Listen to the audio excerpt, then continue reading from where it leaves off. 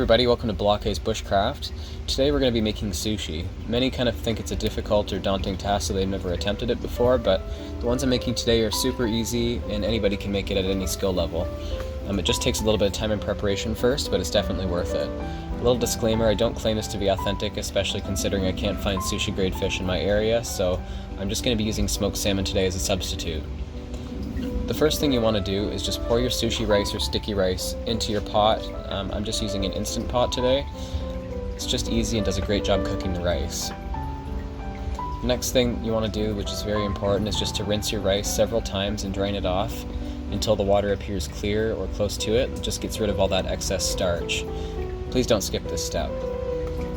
After you're done rinsing, just stick your index finger in the pot of rice and fill with water until it comes up to your first knuckle. That's usually a pretty good ratio with rice and water. After that, just let it soak for 2 hours and then you can move on to cooking.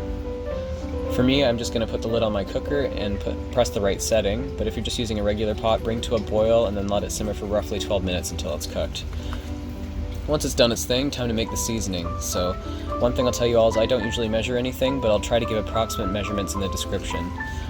Anyway, so you'll need sugar, rice vinegar, and a touch of salt. And don't add too much salt, as the soy sauce will be salty enough when we dip them.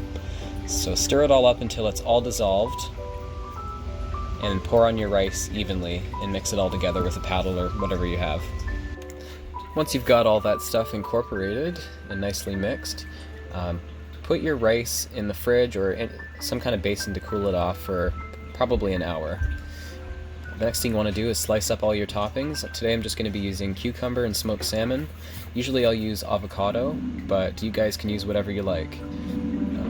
Next thing you want to do is just lay down your nori, wet your fingertips, and press down the rice evenly all over the nori mat. If you don't wet your hands, it'll stick all over and just be a huge headache, so it's very important to do that. You want to go all the way from edge to edge.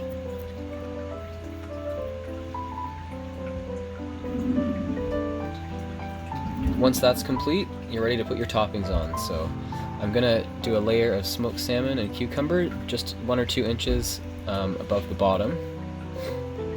This makes it easy to roll.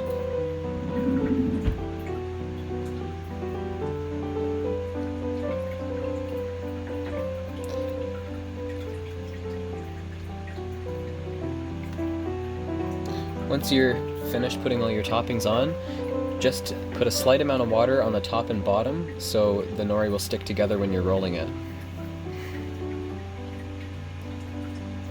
Just like I'm doing here.